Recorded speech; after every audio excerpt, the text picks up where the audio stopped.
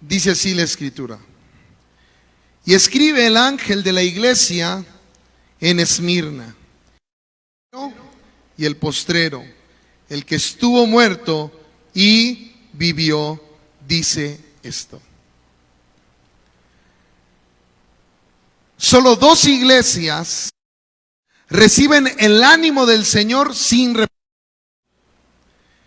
Y en estas palabras vemos cómo Jesús se presenta delante de la comunidad de creyentes para que puedan comprender sus virtudes, para que puedan entender quién es Él. Y Jesús, en pocas palabras, afirma lo siguiente: yo soy. Yo soy el que se manifestó al pueblo de Israel antes de salir de Egipto. Lo que nosotros conocemos como Yahweh se presentó de la misma manera a la iglesia de Esmirna. Yo soy. Este tiene tres tiempos: pasado, presente y futuro. Yo soy el que fui, el que soy y el que seré. O sea, yo soy el principio y el final. Por lo que estaba experimentando Esmirna, ellos necesitaban con urgencia entender que Jesús estaba en medio de ellos. Había persecución, había muerte, había dolor. Lo único que se respiraba en el entorno de la iglesia era sacrificio por amor a Cristo. Quiero que podamos entender en esta hora algo muy importante, porque el significado de Esmirna tiene que ver con mirra. Y la mirra se utilizaba como un aceite esencial o como un aceite de embalsamiento de los muertos. Lo único que Esmirna experimentaba como iglesia era la muerte. Y el Señor quería animarles. En el año 26 después de Cristo, el emperador Tiberio se había erigido un templo en su honor. Y una vez al año, todos los ciudadanos, a excepción de los judíos, tenían la obligación de reconocer públicamente que era el Señor. No era opcional. Los judíos pudientes que se encontraban en esa zona tenían una excepción a la regla. Es por eso que ellos constantemente venían al emperador, venían a las autoridades para entregar sus tributos, pero no para rendir honor, no para rendir adoración.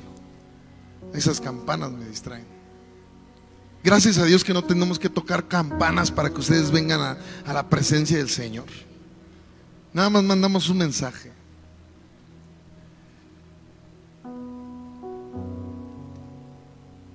Estos judíos,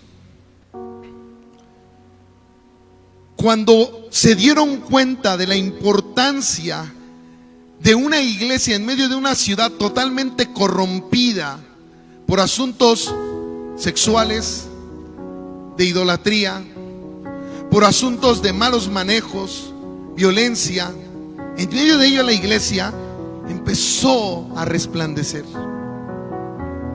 Para los judíos fue bien complicado, porque no podían entender cómo un grupo de hombres y de mujeres se habían levantado en el nombre de un tal Jesús que proclamaban como el Cristo para bendecir a otros, y estaban siendo escuchados, porque la iglesia crecía y cada día se añadían más por lo que vivían, no solo por lo que decían, por lo que vivían. Esto es bien importante para nuestro tiempo, para nuestro presente. Las personas tienen que cambiar por lo que ven en nosotros. Las personas tienen que tener un encuentro con Jesús en el momento en que vean mi manera de tratar a otras personas. La mayor predicación es lo que nosotros vivimos. Estos judíos fueron con las autoridades romanas y con algunas reformas, algunas situaciones que empezaron a meter, provocaron que el imperio ahora estuviera en contra de los mismos creyentes. Y quiero leer un pasaje que en verdad nos ayude a comprender lo que está experimentando Esmirna. Capítulo 2, versículo 9. ¿Me ayudas con lo que te pedí, Luis, por favor? Tus obras, dice el Señor, tu tribulación y tu pobreza, pero tú eres rico. Y la blasfemia de los que dicen ser judíos y no lo son, sino sinagoga de Satanás.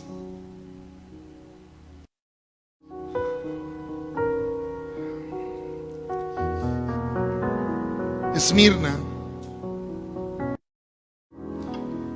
era el reflejo de Cristo en medio de la sociedad. Había un avance tan hermoso. Entendamos Esmirna no como un lugar de pobreza, un lugar muy alejado donde nadie reconoce lo que está sucediendo ahí. Al contrario, es muy prominente. Es embellecida por su arquitectura. Hay esta mezcolanza griega y romana. Imagínate lo que ellos podían ver cada mañana. Era un puerto, había grande comercio, pero el asunto es que está la iglesia en medio de eso. Comienza la persecución por el imperio, pero también por los propios judíos. Y el Señor les dice lo siguiente: yo conozco tus obras. No hay reproche. Yo conozco que te esfuerzas. Yo sé que te has mantenido fiel a mi nombre. Pero en medio de ti hay pobreza. Y quiero ayudar a la iglesia a que puedan entender este concepto, porque ellos no podían depender de sí mismos. Es el significado de esta palabra. Que ellos no podían ni siquiera ayudar a su propia familia. Y he traído este pan porque Esmirna está pasando por problemas tan complejos que los ha llevado al dolor en su propia familia. Esto no solamente es un pueblo. Seguir a Cristo duele tanto que lo han llevado a sus hogares. Y cada mañana un padre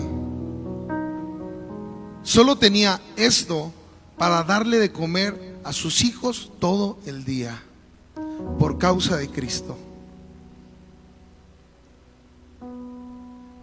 Todos los días se levantaba la familia, daban gracias a Dios y partían el pan. Ven, María, aquí por favor.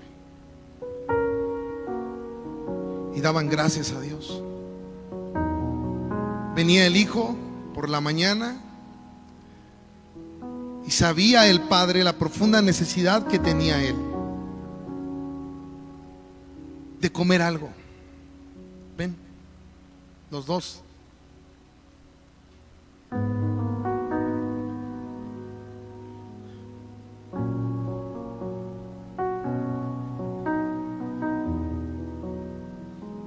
Y el papá oraba. Esmirna era tan perseguida por el amor a Cristo. Yo no puedo imaginar el dolor de un padre que todos los días se levantaba para decirle a sus hijos: Cristo es suficiente, pero no podía ni comer. Eso es Esmirna.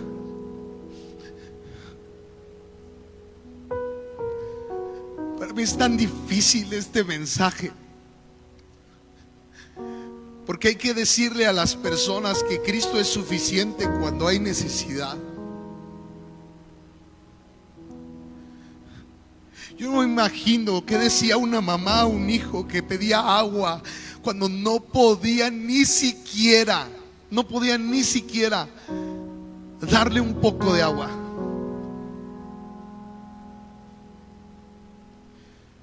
Cuentan algunos historiadores que había familias enteras que ni siquiera comían por semanas.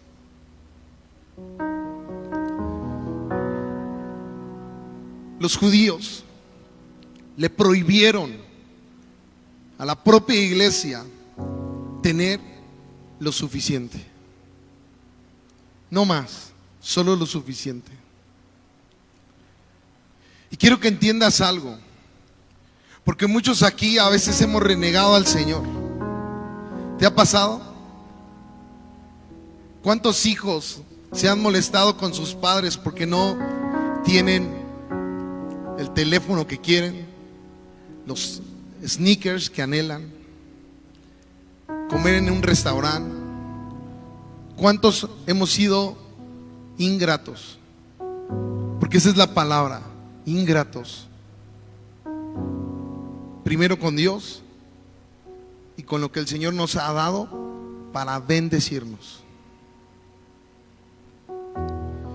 El salmista dijo lo siguiente, y quiero que lo escuchen ustedes tres, y también la iglesia. Sin embargo todavía, Salmo 73, sin embargo todavía te pertenezco. Me tomas de la mano derecha, me guías con tu y me conduces a tu destino glorioso. ¿A quién tengo en el cielo sino a ti? Te deseo más que cualquier cosa en la tierra.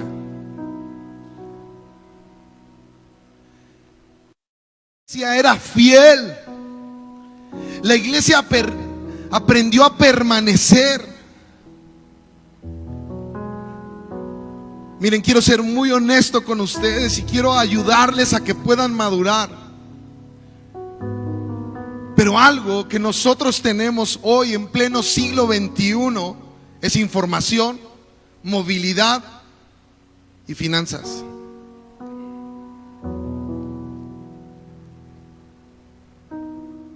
Tenemos que aprender a perseverar. Tenemos que aprender a dejar a Dios lo primero y lo mejor de nuestras vidas.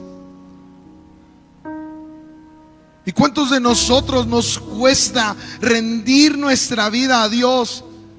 Ponle nombre al área que te cuesta a ti. Para algunos tiene que ver con lo laboral. Mira, lo laboral es importante porque ayuda a nuestras vidas a crecer. Pero Esmirna sabía que ellos solo necesitaban lo suficiente. Dios te ha bendecido. ¿Cuántos pueden decir amén? Dios ha sido fiel. ¿Cuántos pueden decir amén? Pero hoy te toca a ti enseñarle a tus hijos lo que significa que Él es suficiente. No le toca a nadie más, te toca a ti. La iglesia está experimentando tanto dolor, pero ellos viven en el contentamiento. Digan contentamiento. Vean lo que dice ahora Filipenses capítulo 4 versículo 10. Cuánto alabo al Señor, dice Pablo, que hayan vuelto a preocuparse por mí. Sé que siempre se han preocupado, pero no tenían la oportunidad de ayudarme. No es que haya pasado necesidad alguna vez, porque he aprendido a estar contento con lo que tengo. Sé vivir con casi nada o con todo lo necesario. He aprendido el secreto de vivir en cualquier situación. Digan conmigo el secreto.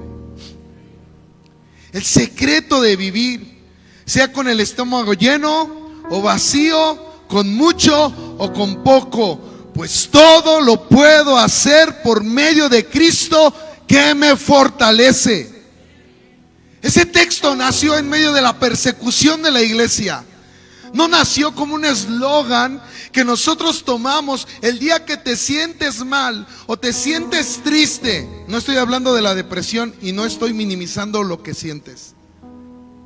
Este texto no nació para que tú cada mañana dijeras todo lo puedo en Cristo que me fortalece. No, nació en medio del gran dolor de familias que murieron entregados a causa de Cristo. Es importante que gracia y verdad se levante en este sentir. Que cuando te llamen a la oración, es verdad, todo lo puedo en Cristo que me fortalece. Pero nosotros vivimos en el reino de las excusas. Miren, uno de los sueños que yo tengo, y sé que es el de Dios, pero un sueño que yo tengo, es que un día todos los que vienen a la reunión de fin de semana puedan entender el poder que hay en la oración. No tienes que esperar a que te vaya mal para orar. Sé que es el último recurso. Cuando hace falta alimento, ora. Cuando hace falta, no sé, cualquier situación, hay que orar. Pero este es un llamado a entender que el Señor conoce lo que tú estás viviendo. Él sabe tus necesidades, pero también Él las va a suplir. ¿Cuántos lo creen? De todos modos, han hecho bien al compartir conmigo en la dificultad por la que ahora atravieso. La iglesia sobrevivió porque se ayudaron unos a otros. Le damos un fuerte aplauso a nuestros compañeros. Quédense con ese pan. Quiero compartirte el punto número 2.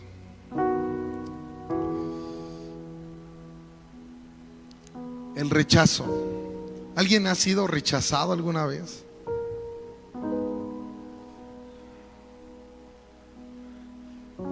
Yo admiro un matrimonio de aquí. Son los más callados. De hecho, casi pasan imperceptibles. Están sirviendo en áreas muy importantes, pero no están bajo los reflectores. Yo recuerdo que en diciembre ellos se acercaron a mí para pedir consejo.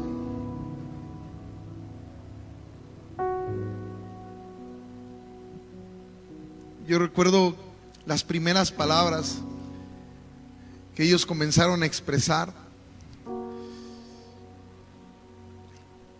Hay una pequeña que fue abandonada. Su madre la rechazó. Está recién nacida y queremos iniciar el proceso de adopción. De hecho, lo hemos estado trabajando.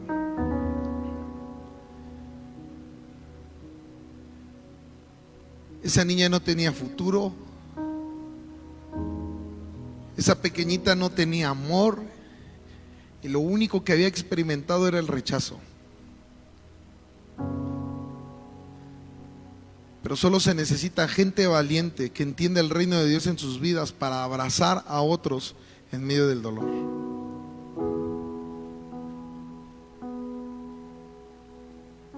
Yo bendigo la vida de ellos, porque cada que los veo con esa pequeña que el mundo rechazó, ellos representan los brazos de Jesús para decirle una y otra vez: no importa que tus padres te hayan abandonado, nuestro Padre que está en los cielos te va a coger en los brazos.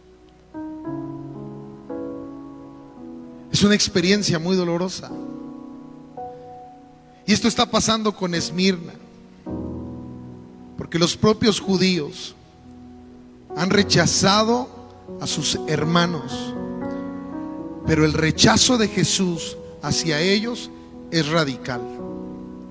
Saliendo de Fundamental, recuerdo que fui por algunos de sus hijos.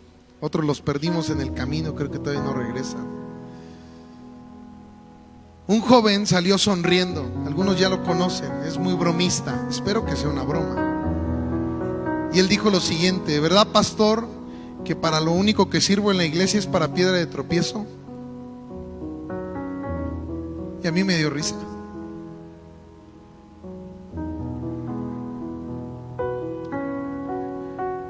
Porque tú puedes ser de piedra de tropiezo para tu propia familia. El rechazo de los judíos es total. Y Jesús no solo les llama hipócritas, ahora los lleva a otro nivel y les dice: ellos son la sinagoga. Sinagoga quiere decir personas que eran reunidas, era una reunión. Ellos le pertenecen a Satanás. habían destruido parte del propósito, parte del avance. Y esta expresión nos ayuda a entender que el centro de su espiritualidad era el rechazo. Y yo quiero decirles algo a ustedes. Si alguien se ha sentido rechazado, hoy hay puertas abiertas en la presencia de Dios para traerte dignidad y para mostrarte que tú sí vales. No importa si te rechazaron en tu matrimonio, no importa si te rechazó tu madre, si te rechazó papá, no importa quién te haya lastimado. Hoy el Señor está abriendo los brazos para decirte: tú eres mi hijo amado. Si lo crees, dáselo fuerte al Señor, dáselo fuerte.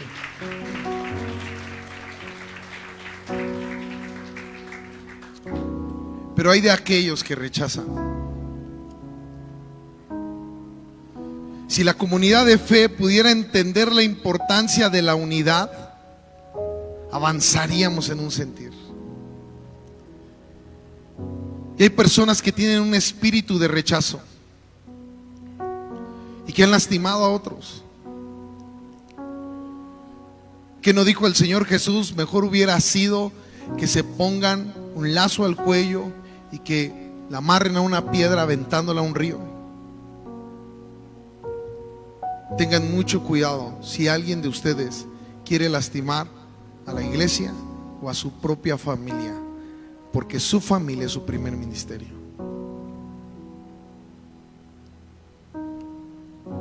Quiero que te pongas de pie. Digan conmigo: un poco más. Dile a que está a un lado, dile: un poco más. Apocalipsis capítulo 2 versículo 10. No tengas miedo de lo que estás a punto de sufrir. Ya están sufriendo, pero ahora Jesús les está diciendo: vas a sufrir un poco más. No tengas miedo. El diablo meterá a algunos de ustedes en la cárcel para ponerlos a prueba y sufrirán por 10 días. Esto, en una referencia teológica, tiene que ver con un pequeño tiempo. Pero si permaneces fiel, incluso cuando te enfrentes a la muerte, te daré la corona de vida. Vamos a enfrentar muchas dificultades como iglesia y te tienes que preparar. El final no será muy agradable, pero la comunidad de fe, los hijos de Dios, las pequeñas representaciones de Cristo, nos vamos a mover en medio de las tinieblas para traer luz. Y a través de nuestro ejemplo, muchos van a creer al Señor. Él está haciendo un llamado a la fidelidad, a perseverar, a permanecer. Pero el dolor no termina. Quiero que me ayudes a que juntos podamos orar por algunas situaciones que está experimentando la iglesia, porque tal vez no hay una persecución física, pero hay una persecución espiritual. Muchos aquí están sufriendo por matrimonios rotos. Rotos, me refiero a que los hombres no entienden cuál es su lugar y tienen que vivir abajo de las faldas de la mujer. La mujer orando por ellos en todo tiempo. La mujer diciéndole: mi amor, ¿quieres ir a la iglesia? Mi amor, ¿puedes acompañarme al servicio? Mi amor, ¿puedes darme gasto? Mi amor, ya crezcan. Se comportan como niños y cargan a la iglesia de problemáticas que deberíamos de haber dejado desde hace mucho tiempo. Por eso los matrimonios están rotos. Por tu falta de carácter, por tu falta de responsabilidad, porque no está el carácter de Cristo en ti. ¿Cómo crees que me siento cuando me doy cuenta que hay matrimonios lastimados porque no hay una figura de un hombre en una familia que tiene que cuidar a sus hijos? Pero mejor que los cuide el pastor, mejor que los eduque el pastor. Por eso son unos maleducados. Por mí. Hay falta de pasión, hay falta de amor, hay escasez, hay pobreza. Sí, en la iglesia hay escasez. Pero como es más fácil subir a cafetería y comer nosotros, cerrar los ojos en medio de la realidad y el entorno en el cual nos desarrollamos, vivimos felices. Y tomamos de lo primero y de lo mejor que le pertenece a Dios. El Señor está de testigo y se los puede decir mi esposa. Íntegramente entregábamos despensas a la iglesia y lo dejamos de hacer. ¿Por qué? Porque no diezman, porque no ofrendan, porque no han entendido el compromiso que hay con Dios. Esmirna era perseguida y era fiel a Dios y nunca se le reprochó nada. Pastor, es que hay necesidad. No, pues gracias por decirme que hay necesidad. Por supuesto que sé que hay necesidad. Lo que necesito son palabras de hombres y mujeres que me digan cómo me sumo. Pastor, ¿cómo le fue en las visitas? No, qué padre que me dicen eso. A mí me encantaría que se sumaran 3 o 4 hombres y dijeran ¿cuándo lo acompaño? Pero bueno, como lo decíamos hace una semana, siguen siendo la misión. Hay un montón de dificultades en Hidalgo. Los pastores están sufriendo por causa de Cristo. El pastor Jonathan la está pasando mal, no la está pasando tan bien. El pastor Suriel también está viviendo algunas dificultades. Miren, algo que me encantó en esta temporada y que somos un reflejo de Esmirna. En verdad yo creo por fe que sí somos un reflejo de Esmirna en perseverancia, en amor, en valentía. Que inquebrantables le enseñó a los adultos lo que significa servir al Señor. Toda esta semana muchos hombres, mujeres dispusieron de su tiempo para servir a una nueva generación que el Señor va a utilizar. Si tú no lo crees, no importa. Esa generación necesita de Cristo, pero también necesita de gente valiente donde ellos se puedan posicionar. ¿Qué iglesia le vamos a dejar a los niños? ¿Qué ejemplo le vamos a dejar a los niños?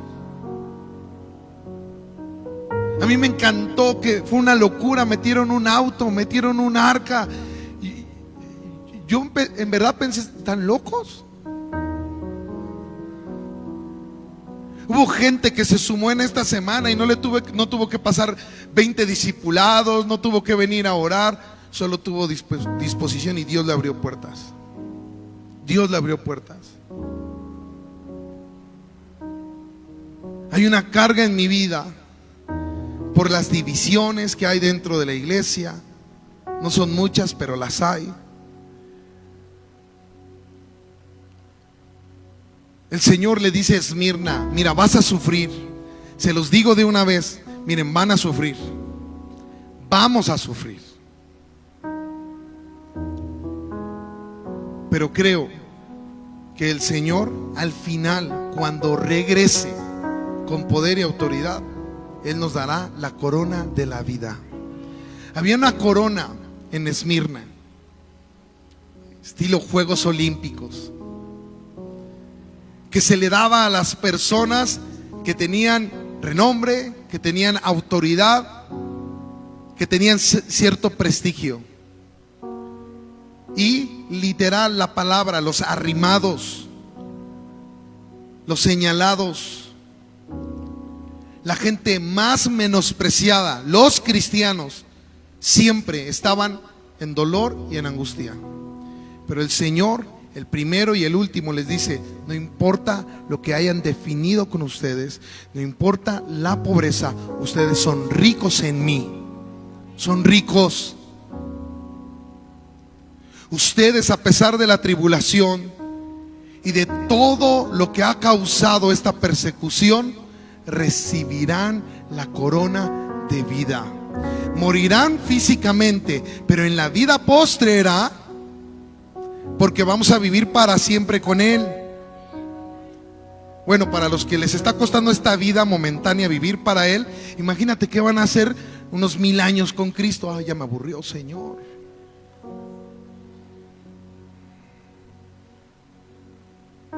Porque si no, no es miedo, pero te espera el infierno. Te espera el castigo. Dile que está a un lado. Te espera.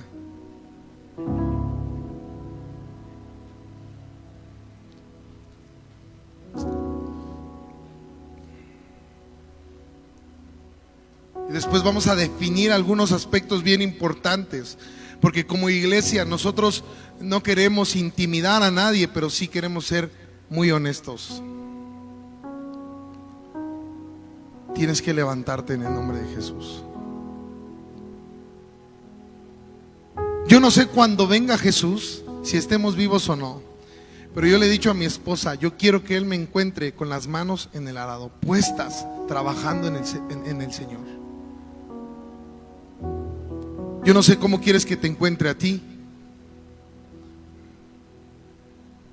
Algunos pensarán, el pastor lo dice porque él no trabaja. Sí trabajo. Sí trabajo. Y mucho. ¿Cómo quieres que Dios te encuentre? Y si muero, muero para la gloria de Dios. Esta vida, ¿qué sentido tiene sin Cristo? Se lo platicaba el otro día a unos jóvenes. Se lo decía a Gael, yo debería de estar muerto. ¿Por qué hago esa afirmación? Porque cuando yo estaba sin Cristo, había personas que querían lastimarme a mí, a mi familia, y yo debería de haber estado muerto. Pero Él hizo un milagro en mi vida y Él me salvó. Él me dio propósito y hoy vivo para Él. Pero si muero, también lo hago para la gloria de Dios. Así que no importa si estás vivo, si estás muerto, para el Señor lo hacemos. ¿Cuántos me van a acompañar?